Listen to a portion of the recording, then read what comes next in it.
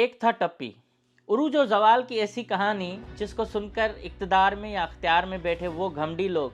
شاید کوئی سبق سیکھ سکیں جن کو اس وقت اپنے اختیارات کی وجہ سے زوال کا کوئی فکر نہیں ہے۔ تو اویس ٹپی کا نام شاید کئی لوگوں نے سنا ہوگا، اگر نہ سنا ہو تو آج یہ اسٹوری ان کے متعلق ہے جس کو سن کر آپ حیران ضرور رہ جائیں گے کہ ایک شخص جس کو سابق صدر آصف علی زرداری اپنا منہ بولا بھائی کہتے تھے، جب وہ ایوان صدر میں جا رہے تھے اس وقت بھی اویس ٹپی ان کے آجو باجو کھڑے تھے، بلاول ان کو انکل انکل کہتے تھے، اس طرح سے ان کو گھر کا ایک فرد سمجھا جاتا تھا۔ وہ اویس ٹپی جو سندھ میں وزیر اعلیٰ بننے جا رہے تھے اور ہر طرف ان کے چرچے تھے، کیا ان کے ساتھ ہوا آج یہ اسٹوری ان کے متعلق ہے۔ اور یہ کیونکہ میں نے ذاتی طور پر بھی میں بہت ساری چیزیں جانتا ہوں اور اس کے ساتھ پھر آج اس کا وہ دور یاد کرتے ہیں کہ کس طرح سے پیروں تلے زمین نکل جاتی ہے جب انسان اختیار میں ہوتا ہے اور اختیار خاص طور پر نشے میں ہوتا ہے۔ تو اویس ٹپی سندھ کا وہ ایسا کردار جن کے اوپر 2016 میں بڑی مصیبت آئی، ہم پہلے ان کے اختیار کی بات کرتے ہیں، ان کے عروج کی بات کرتے ہیں۔ تو اویس ٹپی کے بارے میں یہ کہا جاتا تھا کہ اویس ٹپی کی جو ایک پرورش ہے وہ آصف علی زرداری کی ماں نے کی تھی، اس لیے ان کو منہ بولا بھائی کہا جاتا تھا۔ اور اویس ٹپی کا ایک ایسا زمانہ تھا جس میں وہ پردہ پوش تھے، مطلب منظر پر نہیں تھے، سیاست میں نہیں تھے، پیٹھ پیچھے بیٹھ کر سارا کام کرتے تھے اور صرف نام سنا جاتا تھا کہ ایک ٹپی ہے جو سارا سندھ چلا رہا ہے۔ 2008 میں جب الیکشن ہوئے اور محترمہ بے نظیر بھٹو کی شہادت کے بعد جب پاکستان پیپلز پارٹی اقتدار میں آئی، تب اویس ٹپی کا نام مختلف جگہوں پر گردش میں تھا۔ لوگ یہ کہتے تھے کہ ایس ایس پی کی جو پوسٹنگ ہے وہ اویس ٹپی کروا رہا ہے، آئی جی اویس ٹپی لگوا رہا ہے، چیف سیکریٹری اویس ٹپی لگوا رہا ہے، ایون کئی جھگڑے ایسے ہو رہے ہیں جس میں اویس ٹپی آ کے فیصلے کرتا ہے۔ اور اویس ٹپی جب گھر سے نکلتے تو ان کے پیچھے درجنوں کمانڈوز اور ذاتی محافظوں کی گاڑیاں چلتی تھیں، اس طرح سے ان کا ایک دہشت کا ماحول ہوتا تھا۔ اور آئی جیز ان کے پاس چلے جاتے تھے، صرف 5 منٹ کی ملاقات کا انتظار کرتے تھے۔ ایس ایس پیز تو ان کے سمجھے کہ گھر کے ایک ذاتی ملازم ہوا کرتے تھے، اور ڈی آئی جیز ان کے لیے تحائف بھیجا کرتے تھے کہ کس طرح اویس ٹپی کو خوش رکھا جائے تاکہ ان کو پوسٹنگز ملے۔ مطلب کہ ایک سپاہی سے لے کر آئی جی تک، چیف سیکریٹری تک، یا اس سے بھی زیادہ، جو آپ سمجھ سکتے ہیں کہ اس وقت کے کئی منسٹر جو نئے نئے تھے، آصف زرداری سے اتنے کلوز نہیں تھے، وہ بھی کوشش کرتے تھے کہ اویس ٹپی سے ان کی کوئی ملاقات ہو جائے اور وہ کسی طرح آصف زرداری کے قریب پہنچے۔ 2008 میں اویس ٹپی کا یہ نام آیا، اس کے بعد اویس ٹپی تھوڑا تھوڑا آہستہ آہستہ منظر پہ آنا شروع ہوا، لیکن وہ پردہ پوش رہے، پردے کے پیچھے بیٹھ کر پوری حکومت چلایا کرتے تھے۔ قائم علی شاہ کے وزیر اعلیٰ بننے میں جو پہلا دور تھا اس میں بھی یہی بات ہوتی تھی کہ بھائی فریال ٹالپور سے زیادہ اویس ٹپی کی چلتی ہے اور اویس ٹپی جس کو چاہیں گے وہی لگے گا۔ اویس ٹپی ایک ایسے دوستوں کے گھیرے میں آ گئے جن پر ان کو بہت اندھا اعتماد تھا، اور اس طرح سے جس طرح سے ذوالفقار مرزا کو اپنے دوستوں پر بڑا فخر ہوا کرتا تھا کسی زمانے میں کہ یہ دوست ان کے ساتھ وفادار ہیں، مگر وہ دوست ایکچولی آپ کے پیچھے چھوڑے جاتے ہیں، وہ آپ کی جاسوسیاں کرتے ہیں، آپ کے پورے معاملات کی چھان بین کرتے ہیں اور ثبوت کٹھے کرتے جاتے ہیں اور ایک دن آپ کے پیٹھ میں چھرا گھونپتے ہیں۔ تو اویس ٹپی کے پاس بھی یہی مسئلہ تھا۔ اگر اویس ٹپی کی ذاتی زندگی پہ میں نظر دولاؤں کہ اویس ٹپی ذاتی طور پر بہت اچھا برتاؤ کرتے تھے لوگوں کے سامنے۔ شروع میں تو وہ میڈیا شائع تھے، میڈیا میں نہیں آتے تھے، لیکن ان کا رویہ اس طرح سے ہوتا تھا کہ ان کو جو پانی بھی سرو کیا جاتا تھا تو وہ بھی کسی کہتے ہیں نا کہ ایک 5 اسٹار ہوٹل کے اندر جو آداب ہوتے ہیں ان کو فالو کیا جاتا تھا، ان کو ٹیشو میں لپیٹ کر پھر پانی رکھا جاتا تھا، اگر کولڈ ڈرنک چاہیے تو کولڈ ڈرنک بھی بڑی نفاست کے ساتھ پیش کی جاتی تھی۔ مطلب 10-12 ملازم تو ہر وقت بھائی جان کے لیے بیتاب رہتے تھے، اور بھائی جان کے پاس پراپرٹیاں بھی بہت بنتی گئیں، اور اس طرح سے بنگلے، گاڑیاں، گھر اور بہت سارے بلٹ پروف گاڑیاں ان کے پاس ابھی بھی کچھ دوستوں کے پاس کھڑی ہیں۔ تو اویس ٹپی کا ایک عروج کا زمانہ تھا، اور اس کے بعد انہوں نے فیصلہ کیا کہ میں سیاست میں آؤں گا۔ لیکن اس سے پہلے کیا ہوا کہ لہاری میں جو ہے وہ آپریشن شروع ہو گیا۔ لہاری میں عزیر جان بلوچ کی زبان سے اویس ٹپی کی بار بار جو ہے نا وہ آپ نے ذکر سنے ہوں گے، انہوں نے الزامات کی بوچھاڑ کی، اور چودھری اسلم سمیت کئی افسران جو ہے وہ اویس ٹپی کے کہنے پر لہاری آپریشن میں حصہ لے رہے تھے، جبکہ اس وقت لہاری گینگ وار کے جو سربراہ جس کے اوپر الزام ہے کہ یہ عزیر بلوچ ہیں، وہ بار بار اس کا الزام لگا رہے تھے کہ اویس ٹپی یہ سب کچھ کروا رہا ہے، جبکہ اویس ٹپی کے بارے میں بھی یہ معلومات ہوئی کہ جب ان کی میٹنگ عزیر جان بلوچ کی اویس ٹپی سے ہوئی تو اس دوران ان کی کوئی چپکلش ہو گئی اور اس دوران عزیر بلوچ نے ان کو کوئی چانٹا مار دیا، جس کی وجہ سے معاملات خراب ہوئے اور معاملات اس حد تک بگڑ گئے کہ لیاری آپریشن شروع ہوا، اور وہ بھی اس وقت ہوا جب ذوالفقار مرزا سے وزارت چھینی گئی، انہوں نے ریزائن کر دیا اور پھر لیاری میں برے دن آنا شروع ہوئے۔ تب تک اویس ٹپی پردے کے پیچھے بیٹھ کر لیاری کے سارے معاملات دیکھا کرتے تھے، اور اس کے ساتھ آصف زرداری کا بھی ان کے اوپر اندھا اعتماد تھا۔ اویس ٹپی کے بارے میں ایک اور بات یہ آئی کہ 2011 میں جب سیلاب آیا تو سیلاب کے لیے لوگوں کے لیے مچھردانیاں خریدی گئیں تاکہ مچھروں سے لوگوں کو بچایا جائے، تو اس میں تقریباً 1.5 ارب روپے کا گھپلا مراد علی شاہ کے ساتھ مل کر انہوں نے کیا، اور آصف زرداری اس وقت پریزیڈنٹ تھے تو ان کو غلط بتایا گیا، تو ذوالفقار مرزا نے ان کو جا کے بتایا کہ بھائی یہ جو گھپلا ہے یہ تقریباً 1.5 ارب کا ہے، کیونکہ انہوں نے آصف زرداری کو تھوڑا کم بتایا، اور آصف زرداری نے اس وقت ان کو ایک تھپڑ رسید کر دیا اور ان کو تھپڑ مارا، اور یہ تاثر دینے کی کوشش کی کہ آصف زرداری کرپشن کے خلاف ہے، لیکن اصل بات یہ تھی کہ آصف زرداری کو غصہ اس بات پہ تھا کہ ان کو کیوں رقم کم بتائی گئی، اور مراد علی شاہ کے اوپر بھی تھوڑا وہ ناراض ہوئے، لیکن مراد علی شاہ پر ہاتھ نہیں اٹھایا اور اویس ٹپی کو اس نے تھپڑ رسید کر دیا۔ اور اس کے بعد پھر لیاری گینگوار کا یہ مسئلہ آیا، اور لیاری گینگوار کے مسئلے میں بھی عزیر جان بلوچ نے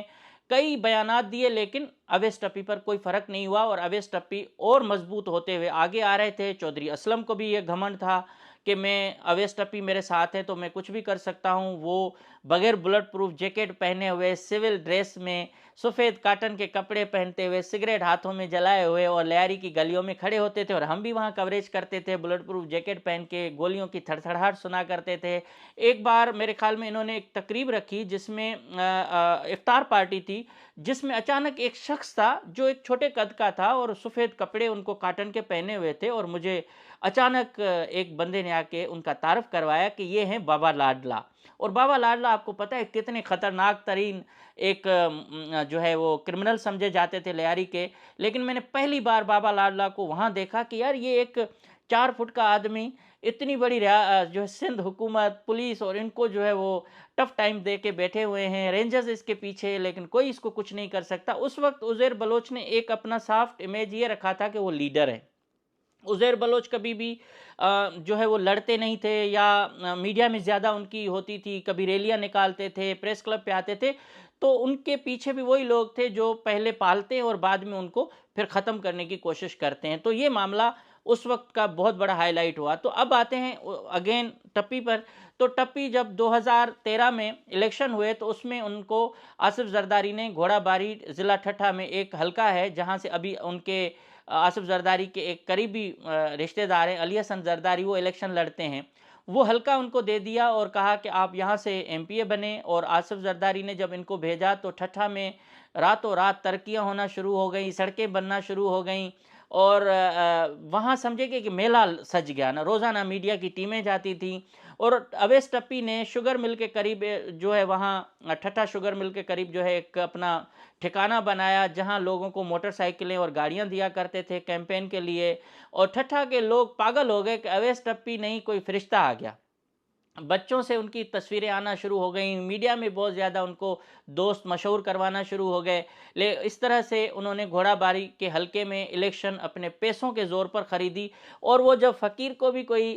خیرات دیتے تھے تو ان کے جیب سے جو ہے نا وہ روپے نہیں نکلتے تھے، یا تو ڈالر نکلتے تھے یا درہم نکلتے تھے۔ تو ایک دلچسپ بات ہے وہ یہ بھی تھی کہ اسمبلی میں یہ قصہ سنا رہے تھے اپنے سردار ایک تھے مہر،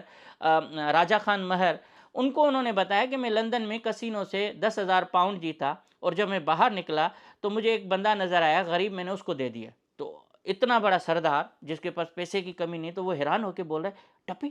تم نے سارے پیسے دے دیے؟ تو انہوں نے کہا ہاں ہاں، میں جوا میں رکھے ہوئے یا جیتے ہوئے پیسے نا رکھتا نہیں ہوں۔